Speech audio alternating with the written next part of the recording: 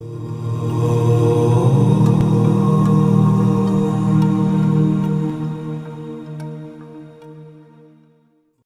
जगन्नाथ। नमस्कार प्रिय दर्शक बंधु, मु संतोष कुमार दास आपण मोर channel Maharshi astro and vastu research centre स्वागत जनाउछि। दर्शक बंधु, गत एपिसोड में कन्या लग्न विषय आलोचना करथिले। आज एपिसोड में तुला लग्न विषय आलोचना करिबा। 2026 मसिया तुला लग्न रो व्यक्ति मन पई किभଳି रहबो कि सुफल दबो से विषय में आलोचना करिबा। तो दर्शक बंधु, हम प्रथम जानिया लग्न कोन हला। आपण देखिबे आपण कुंडली रे जो जगह रे एक लेखा हेतबो, बुझि पाले कि प्रथम घरटा आपनक कुंडली रो प्रथम घरटा हला लग्न हला। राशि कोन ना जो जगह रे च लेखा हेतो, तो धनु रे च लेखा है आपण धनु राशि, आपनक लेखा है कर्कट रे च कर्कट राशि, आपण कन्या रे च लेखा है कन्या राशि।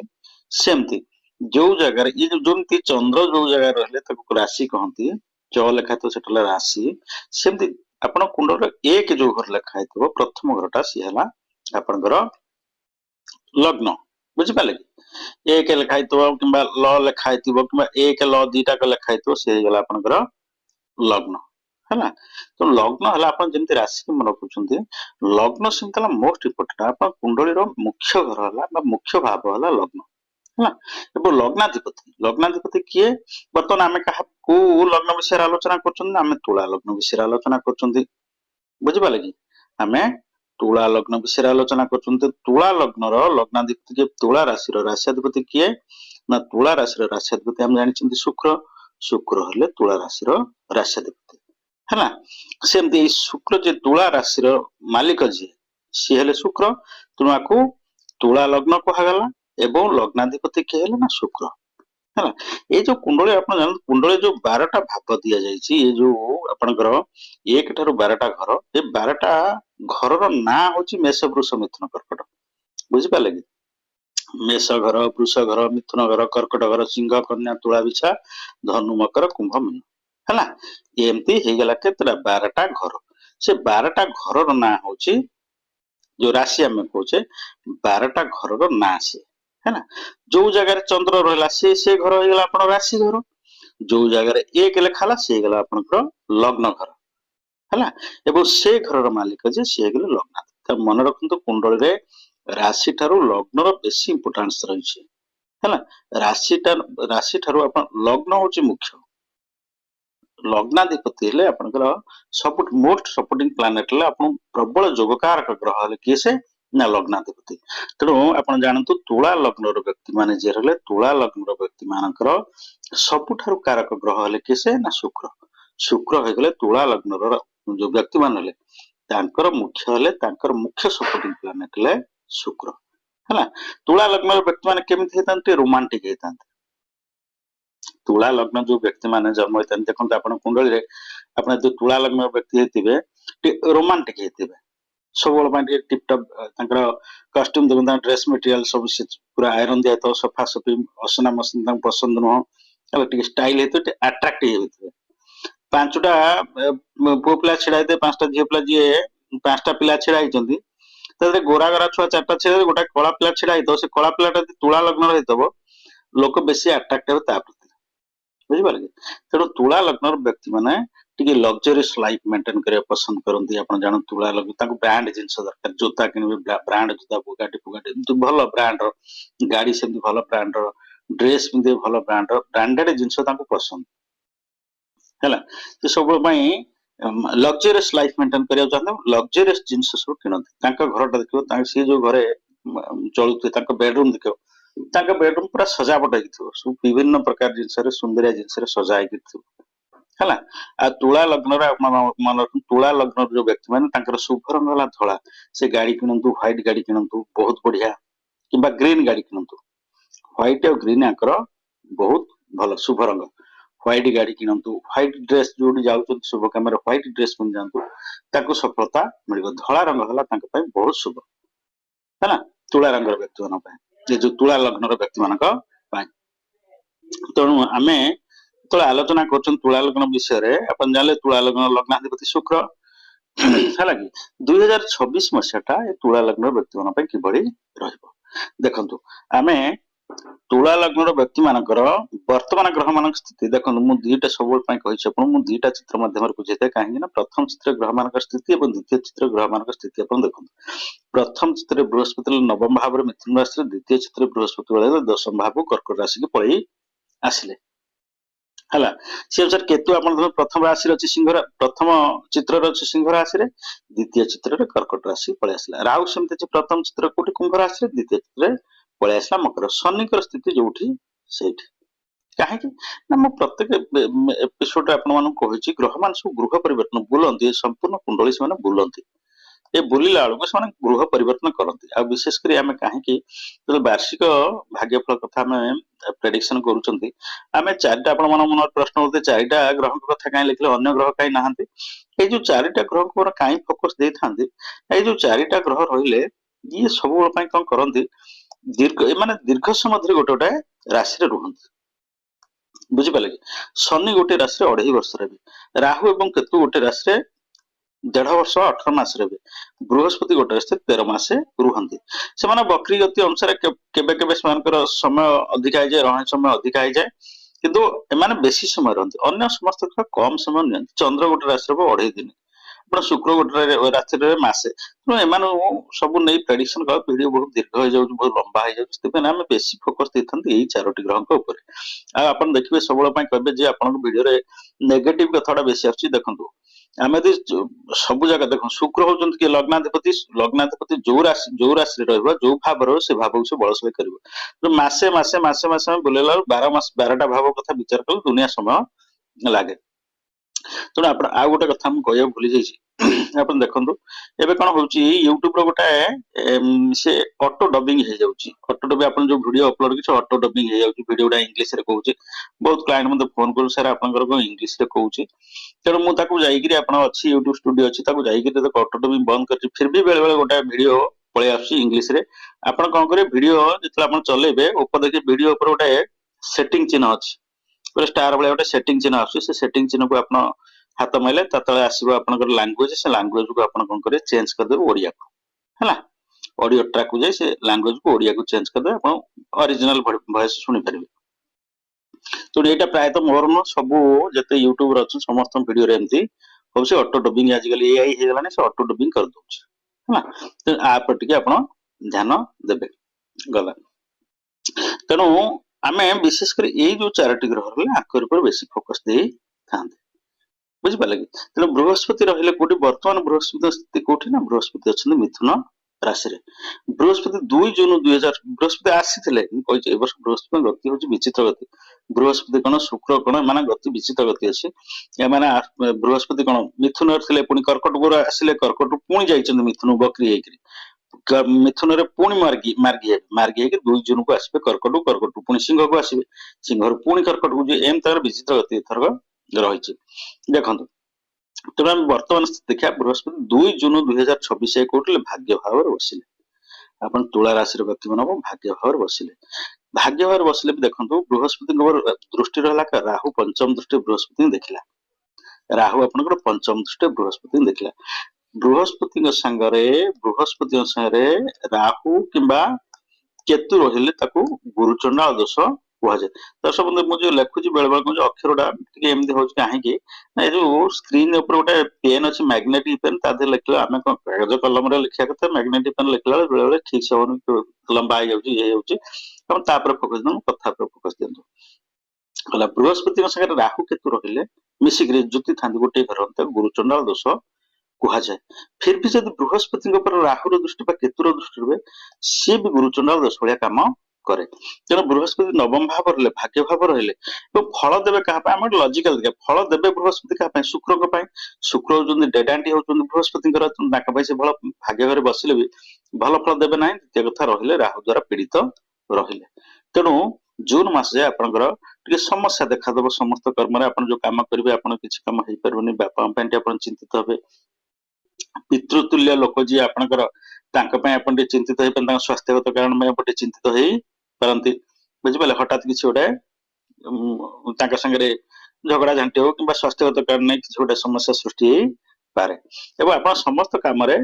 बृहस्पति काम न्यूट्रल गले पर राहु आपण विघ्न करे सब आपण देखिए आपण समस्त काम हे जाउची लास्ट मोमेंट काम हबो आपण देखिए हां काम रे हेला एटा हे जो शेष मोमेंट आपण नाही हे पेलानी कि छोटा डिस्टर्बेंस हे परबो नाही एमती हो हैला तापर देखंतु बृहस्पति देखिला कोठी आपण पंचम दृष्टि लग्न को देखिला बृहस्पति राहु केतु ये तीन जनकर होची तीनटा दृष्टि बृहस्पति बृहस्पति राहु केतु ये तीन जन जो राशि रहे से राशि पर प्रभाव विस्तार करे सेठु सप्तम पंचम और नवम राशि देखते दृष्टि निक्षेप करते तेणु बृहस्पति देखिले कोठी ना बृहस्पति देखिले आपनकर लग्न को देखिले बृहस्पति देखिले लग्न को शत्रु होकरी देखिले तुला लग्न को ता संगे राहु देखिला नवम दृष्टि कोठी लग्न को राहु रो तीनटा नवम दृष्टि तेणु आपण देखंतु मे मास रे जाईकरी मे 3 तारिख राहु आसीबो कोठी आपण चतुर्थ भाव को आसीबो केतु पळे जो मकर राशि की केतु पळे जो कर्क राशि दशम भाव पळे जो मे मास जाए आपनकर एक तो बृहस्पति रहले जून जाए मिथुन राशि रे राहु केतु मे मास जाए आपनकर मानसिक दुश्चिंता रहइबो मन बहुत चिड़चिड़ा आपण रहिबे आपण स्वास्थ्यगत समस्या देखा देबो एवं समस्त काम रे आपनकर कोन करे राहु एवं बृहस्पति समय ग्रह फिर भी जेहेतु लग्न शत्रु लग्न को दृष्टि रहला अपन समस्त काम रे विघ्न करेबे हैला कि तापर देखंतु बृहस्पति देखले तृतीय भाव निज राशि के धनु राशि के देखले आपण भाबुथे बृहस्पति देखले धनु निज राशि दिले शुभ फल देबे 100% आपण जानंतु गोटा ग्रह केतबे शुभ फल दिया आपण को ना गोटा ग्रह उच्चस्थ ग्रह जतो निजर उच्च राशि रे थिबो किबा निज राशि रे थिबो ग्रह जो उच्च राशि निज राशि सी से आपको शुभ फल दब किंतु आप देखो केतु एठू रही केतु आपण केतु एठी रहीगला केतु देला आपन देखिला पंचम दृष्टि देखिला कोठी तृतीय भाव देखिला बृहस्पति घरटा बलवान कले किंतु द्वितीय देख मु कहि बृहस्पति भाग्य घर भल फल दे पाइले नाही काहे कि जेहेतु शुक्र तुला लग्न व्यक्ति मान पई दउ चंती एठी भी बृहस्पति टे न्यूट्रल केतु जेहेतु केतुर दृष्टि रहला शनि आपण देखु दशम दृष्टि रे देखला आपनकर तृतीय दृष्टि शनि तृतीय राशि भाव को शनि देखु शनि कर तीनटा दृष्टि शनि कोन ना शनि जो राशि रे रहो से राशि रे प्रभाव विस्तार करे जो सप्तम तृतीय एवं दशम राशि की देखिबो दशम भाव को देखिबो हला तेणु एक रे केतु पंचम दृष्टि देखिला एवं से अनुसार शनि आपनकर देखले दशम दृष्टि देखिले दुईटा पाप ग्रह दृष्टि रहला कौन हम ना भाई भौणी मान आपनकर तिक्तता बढ़िबो भाई भौणी मान झगड़ा हबो जमी बाड़ी संबंधी समस्या नहीं कि अपन रिलेटिव्स हो भाई भौणी होतु कि सांग साथी कहा से करबे जमी बाड़ी संबंधी किछ गोटे जमी बाड़ी कि नै बा घर द्वार नै गाड़ी घोड़ा नै किछ ना किछ गोटे समस्या अपन देखा विशेष कर जमी बाड़ी संबंधी समस्या नै आपनकर द्वंद्व सृष्टि हबो का संगे ना भाई भौणी रिलेटिव्स जो गोटे अपन ले ताके संगे अपन द्वंद्व सृष्टि हबो तापर बृहस्पति नवम दृष्टि देखले आपनकर पंचम राशि हैला कि बृहस्पति नवम दृष्टि पंचम राशि के देखले पंचम रहिला कि मु कहूच मे मास पर्यंत जे पर राहु पळे आसिनी कुंभ राशि मे मास जे केमते अपन डिस्टर्बेंस सृष्टि हो हैला तापर बृहस्पति देखले पंचम भाव रहिला कि सना राहु रहिला केतु देखला पूर्ण दृष्टि सप्तम दृष्टि देखला केतु तेणु एठी आपनकर देखंतु जेहेतु राहु रहिला केतु सप्तम पूर्ण दृष्टि देखला बृहस्पति दृष्टि रहिले भी तापर एटा होची शनि घर कुंभ राशि तेणु एठी कोन हो ना पिला मन पे आपण चिंतित रहिबे पिला मन को कार्यकलाप आपण चिंतित होई परंतु पिला मन को व्यवहार ए सोरे पिला मन जो एक कथा सुनिबे नि समय बुझिबाले सेथिबे आपण चिंतित रहिबे हला तापर केतु देखंतु आपण सप्तम भाव देखला नवम दृष्टि रे कपल्स लाइफ रे आपण देखंतु कहि शनि गोटे एमिति ग्रह शनि जो राशि रे रहइबो से राशि रे प्रभाव विस्तार करबो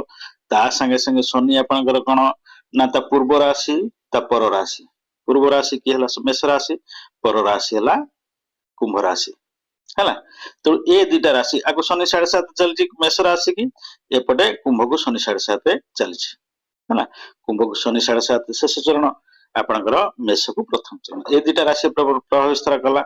शनि तीन देखिला तीनटा दृष्टि तीन पांचटा घर पर प्रभाव विस्तार कला शनि ढिया चलची सिंह राशि शनि ढिया आपनकर मिथुन राशि की शनि सॉरी आपनकर धनु राशि की शनि ଢେୟା ଏ ଦିଟା ରାଶି ରହିଲା ଶନି ଢେୟା। ତେଣୁ ଶନି ଏକାକି ବହୁତ ଗୁଡା ଭାବ ଉପରେ ପ୍ରଭାବ ବିସ୍ତାର କରେ। ସପ୍ତମ ଭାବକୁ କେତୁ ଦେଖିଲା, ଦାମ୍ପତ୍ୟ ଜୀବନରେ କଳହ, ବିଚ୍ଛେଦତାର ସମୟ ମେ ମାସ ଯାଏ ବହୁତ ଆପଣଙ୍କର ଝାମେଲା ହାଣ୍ଡି କପୁଲ୍ସ ଲାଇଫରେ ହବ ହେଲା। ତେଣୁ ସବୁବେଳେ ପାଇଁ ବିଚ୍ଛେଦ କରିବା ପାଇଁ କେତୁ, ସବୁବେଳେ ପାଇଁ କେତୁ ହଉଛି ଗୋଟେ ଏମିତି ଗ୍ରହ, କେତୁ ସମସ୍ତ ସାଂସାରିକ ସୁଖରୁ ବଞ୍ଚିତ। କେତୁ ହଉଛି କଣ, ରାହୁ କେତୁ ହେଲେ ଗୋଟାଏ ରାକ୍ଷସ, ତାର ଉପର ଭାଗ ହେଲା ରାହୁ, ଇଏ ଯେତେବେଳେ ସମସ୍ତ ସୁଖ ସୁବିଧା ଭୋଗ କରୁଛି, ତାର ତଳ ଭାଗ ହେଲା ଅଣ୍ଟାଠାରୁ ତଳକୁ ହେଇଗଲା କେତୁ, ଯିଏ ସମସ୍ତ ସାଂସାରିକ ସୁଖରୁ ବଞ୍ଚିତ। ସେଥିପାଇଁ ସେ କଣ କରୁଛି ଯେ ନିଜେ କୌଣସି ସାଂସାରିକ ସୁଖ ଯେହେତୁ ସେ ଭୋଗ କରିପାରେ ନାହିଁ, ସେଥିପାଇଁ ସାଂସାରିକ ଘରକୁ ଯଦି ସେ କପୁଲ୍ସ ଲାଇଫ ଘରକୁ ଦେଖିଲା, ସେଠି ସେ ଡିଷ୍ଟର୍ବାନ୍ସ କରିବାଟା ଥୟ। ତେଣୁ ନବମ ଦୃଷ୍ଟିରେ କେତୁ ଦେଖିଲା, ଶନିଙ୍କର ଆଂଶିକ ପ୍ରଭାବ ରହିଲା ସପ୍ତମ ଭାବ ଉପରେ। ତେଣୁ କପୁଲ୍ସ ଲାଇଫରେ ଆପଣଙ୍କର ଗୋଟେ ଡିଷ୍ଟର୍ବାନ୍ସ, କପୁଲ୍ସ ଲାଇଫରେ ସମସ୍ୟା ସୃଷ୍ଟି ହବ ହେଲା। ତାପରେ ଆମେ ଦେଖିଲେ କେତୁ କଥା ଆଲୋଚନା କଲେ, ତୃତୀୟ ଭାବକୁ କେତୁ ଦେଖିଲା, କେତୁ ତୃତୀୟ ଭାବକୁ ଦେଖିଲା ହେଲା କି ଆଲୋଚନା କଲେ। ତାପରେ ଶନି ଦେଖୁବ ଷଷ୍ଠ ଭାବରେ ଶନି ରହିଲା ହେଲା, ଆପଣଙ୍କୁ ଗୁପ୍ତ ଶତ୍ରୁ ସୃଷ୍ଟି କରାଇବ, ଆପଣ ଲୋନି କରାଇବ ଏ ସମୟରେ। ଏବଂ ଆୟ ଭାବରେ କେତୁ ବସିଲା, ଆପଣ ଏବଂ ରାହୁର ଦୃଷ୍ଟି ରହିଲା, ଆପଣ କଣ କରିବ, ଆୟ ସଂକୁଚିତ କରିବ। ରାହୁର ଯୋଉଗୁଡା ପଇସା ଆପଣଙ୍କ ପାଖକୁ ଆସିବ, ଅଚାନକ ପଇସା ଆସିବ ହେଲା। ଏବଂ ରାହୁଟାର ଦୃଷ୍ଟି ଆୟ ଭାବକୁ ରୁହେ, ଆପଣଙ୍କ ଆୟ ଗୁଡା ସବୁ ଇଲିଗାଲି କରିବ ହେଲା। ଯେ ଇଲିଗାଲି ତ ମୁଁ କହିବାଟା ଠିକ ହେବନି, ବଟ୍ ଆପଣ ଆୟ କରିବ ଅଚାନକ ଆପଣଙ୍କୁ ଏ ମେ ମାସ ଭିତରେ। ଆପଣ ଅଚାନକ ବୋଇଲେ ଆପଣ ଯୋଉଠି ଚାହୁଁଥିବେ, ଅଚାନକ ମାନେ କଣ, କୋଉଠି ଗୋଟେ ସମ୍ପତ୍ତି ଆପଣଙ୍କୁ ହଠାତ୍ କିଏ ଗୋଟେ ଦେଇଦେବେ ସେମିତି ନୁହଁ। ଆପଣ ଭାବନ୍ତୁ କୋଉଠି ଆପଣ ଗୋଟେ ଚାହୁଁଥିବେ, ଇଏ ମତେ ପଇସା ଆଠୁ ମିଳୁ, ଏ ସବୁ ମିଳିଯିବ ହେଲା, ଆପଣ ମାଗିଦେଲେ ମିଳିଯିବ। ଆୟଟି ସଂକୁଚିତ କରିବ, କେତୁଟା ରହିଲା, ପଇସା ଆସିବ କିନ୍ତୁ ସଂକୁଚିତ ରହିବ। ଯୋଉ ହାରେ ଆପଣ ଚାହିଁବେ ସେ ହାରେ ପଇସାଟା ଆପଣଙ୍କ ହାତକୁ ଆସିବ ନାହିଁ ମେ ମାସ ପର୍ଯ୍ୟନ୍ତ। ତାପରେ ମେ ମାସ ପରେ କେତୁ ପଳେଇଯିବ, ଆପଣ ମେ 3 ତାରିଖ ପଳେଇ ଆସିଲା କୋଉଠି, ଆପଣଙ୍କର କର୍କଟ ରାଶି କର୍ମ ଭାବକୁ ପଳେଇ ଆସିଲା। ରାହୁ ପଳେଇ ଆସିଲା ଆପଣ ଚତୁଃସୁଖ ଶାନ୍ତି ଭାବକୁ। ଏଇଠି ଆପଣଙ୍କୁ ମେ ମାସ ଡିଷ୍ଟର୍ବାନ୍ସ କରିବେ, ରାହୁ କେତୁ ଡିଷ୍ଟର୍ବାନ୍ସ କରିବେ। ଜୁନକୁ ବୃହସ୍ପତି ପଳେଇ ଆସିବେ। ଆପଣ ଦେଖନ୍ତୁ, ଆପଣ ବହୁତ ଗୁଡା ଭିଡିଓ ଦେଖୁଥିବେ, କର୍କଟ ରାଶି ପାଇଁ ବହୁତ ଭଲ ସମୟ। ବୃହସ୍ପତି ଆସିବେ କର୍କଟ ରାଶିକି, ବୃହସ୍ପତି ଆସିଲେ ହଁ ଠିକ ଅଛି, କର୍କଟ ରାଶି ଆମେ ଜାଣିବା, କର୍କଟ ରାଶି ହଉଛି ବୃହସ୍ପତିଙ୍କର ଉଚ୍ଚ ରାଶି। ବୃହସ୍ପତି ଉଚ୍ଚାରନ୍ତୁ, ଉଚ୍ଚସ୍ଥ ଗ୍ରହ, ମୁଁ କହିଛି ଉଚ୍ଚସ୍ଥ ଗ୍ରହ ସବୁବେଳେ 100% ଆପଣ ଶୁଭ ଫଳ ଦବ। କେମିତି ନା ଉଚ୍ଚସ୍ଥ ଗ୍ରହ 100% କେତେବେଳେ ଶୁଭ ଫଳ ଦବ ନା, ଡିଗ୍ରୀ ଭଲ ଥିବ, 12 ରୁ 18 ଡିଗ୍ରୀ ଭିତରେ ଥିବ। ଆପଣ ପାପ ପ୍ରଭାବରେ ନଥିବ, କୌଣସି ପାପ ଗ୍ରହ ସାଥିରେ ନଥିବ, କିମ୍ବା ପାପ ଗ୍ରହର ଦୃଷ୍ଟି ତା ଉପରେ ନଥିବ, ତାହେଲେ 100% ଶୁଭ ଫଳ ଦବ। ଆମେ ଆଗରୁ ଆଲୋଚନା କରିଛେ, ବୃହସ୍ପତି ସାଙ୍ଗରେ ରାହୁ କେତୁ ରହିଲେ ଆକୁ ଗୁରୁଚଣ୍ଡାଳ ଦୋଷ କୁହାଯାଏ। ଦଶମ ଭାବରେ କେତୁ ଆଗରୁ ଆସି ପହଞ୍ଚିଗଲା ମେ ମାସରେ, ଜୁନରେ ଆସିଲେ ବୃହସ୍ପତି, ଏ ଦିନ ମିଶିଲେ ଗୁରୁଚଣ୍ଡାଳ ଦୋଷ ସୃଷ୍ଟି ହେଲା। ଦୁଇ ଦିଟା ଗୋଟେ ଭଲ ଲୋକ ଯଦି ଦିଟା ଚୋର ଜଗିବେ, ଛୁରୀ ଦେଖି ଭଲ କାମ କରିବ କୋଉଟା, ସେମିତି ବୃହସ୍ପତିଙ୍କ ଉପରେ ଦିଟା। ଏପଟେ ରାହୁ ସପ୍ତମ ଦୃଷ୍ଟିରେ ପୂର୍ଣ୍ଣ ଦୃଷ୍ଟିରେ ଦେଖିଲା, କେତୁ ରହିଲେ। ତେଣୁ ଜୁନ ବେଳକୁ ଆପଣ ଜାଣନ୍ତୁ, କର୍ମକ୍ଷେତ୍ରରେ ଆପଣ କର୍ମକ୍ଷେତ୍ରରେ କିଛି ନା କିଛି ଗୋଟେ ସମସ୍ୟା ଦେଖା ଦବ। କର୍ମକ୍ଷେତ୍ରରେ ଆପଣଙ୍କୁ ବହୁତ ସମସ୍ୟା ଦେଖା ଦବ ଜୁନ ପରେ ହେଲା। ତାପରେ ଚତୁର୍ଥ ଭାବ ରହିଲା, ଆପଣ ଜମିବାଡି ସମ୍ବନ୍ଧୀୟ ସମସ୍ୟା ଦେଖାଦବ। ଆପଣଙ୍କର ଗାଡି ଘୋଡା ଏସବୁ ଘର, ଆପଣ ଘରକୁ ନେଇ କିଛି ନାହିଁ ଯୋଉ ସମସ୍ୟା ଦେଖାଦବ। ନୂଆ ଘର ତିଆରି କରୁଛନ୍ତି, ଘରକୁ ନେଇ କିଛି ଗୋଟେ ସମସ୍ୟା ଦେଖାଦବ। ଜାଗା ବାଡି ଆପଣ କିଣିବାକୁ ଚାହୁଁଛନ୍ତି, ପଇସା ଫସି ଯାଇପାରେ, ରାହୁଟା ପଳେଇଗଲା ଏଠିକି ହେଲା। ମେ ମାସ ବେଳକୁ ସେଥିପାଇଁ ଟିକେ ସତର୍କ ରହିବେ। ତେଣୁ ଆପଣ ଜାଣନ୍ତୁ, ଜୁନ ବେଳକୁ ଆପଣ ଏଇସବୁ ସମସ୍ୟା ଦେଖା ଦବ। ବିଶେଷ କରି ଆପଣ ରାହୁ କେତୁ ଏ ଦିନ ବହୁତ ସମସ୍ୟା ସୃଷ୍ଟି କରିବେ। ତାପରେ ଦେଖନ୍ତୁ, ରାହୁ ଆପଣଙ୍କୁ ନବମ ଦୃଷ୍ଟି, ଆପଣ ଦ୍ୱାଦଶ ଦେଲେ ବ୍ୟୟ, ଆୟ ଆମେ ଜାଣିଲେ, ଆୟ ଆପଣ ସଂକୁଚିତ ରହିବ ହେଲା। ମେ ମାସ ପରେ ଆୟରେ ସୁଧାର ଆସିବ, କିନ୍ତୁ ବ୍ୟୟଟା ଆପଣଙ୍କ ବଢିଯିବ ହେଲା। ବ୍ୟୟ ଆପଣଙ୍କର ବଢିଯିବ, ଆୟ ଆପଣଙ୍କର ସୁଧାର ଆସିଲେ ବ୍ୟୟ ବଢିଯିବ। ହଠାତ୍ ଆପଣଙ୍କୁ ଆସି ମେ ମାସ ଜୁନ ପରେ, ମେ ମାସ ପରେ ଆପଣ ହଠାତ୍ କିଛି ଗୋଟେ ଆସି ଖର୍ଚ୍ଚ ପହଞ୍ଚିବ। ଆପଣ ଭାବିନଥିବେ ଏମିତି ଖର୍ଚ୍ଚ ହବ ବୋଲି, କିନ୍ତୁ ହଠାତ୍ ଗୋଟେ ଖର୍ଚ୍ଚ ଆସି ପହଞ୍ଚି ଯିବ ହେଲା। ମେ ପରେ ବ୍ୟୟଟା ବଢିଯିବ ଆପଣଙ୍କର। ଆୟ ଦେଖନ୍ତୁ, ଆପଣ ବୃହସ୍ପତି ପଞ୍ଚମ ଦୃଷ୍ଟିରେ ଦେଖିଲେ ଧନ ଭାବକୁ, କିନ୍ତୁ କେତୁର ଦୃଷ୍ଟି ରହିଲା ହେଲା। ଏବଂ ଏଇ ଯୋଉ ଦିଟା ବୃହସ୍ପତି ଦୃଷ୍ଟିରେ କେତୁର ଦୃଷ୍ଟି ରହିଲା ଧନ ଭାବକୁ,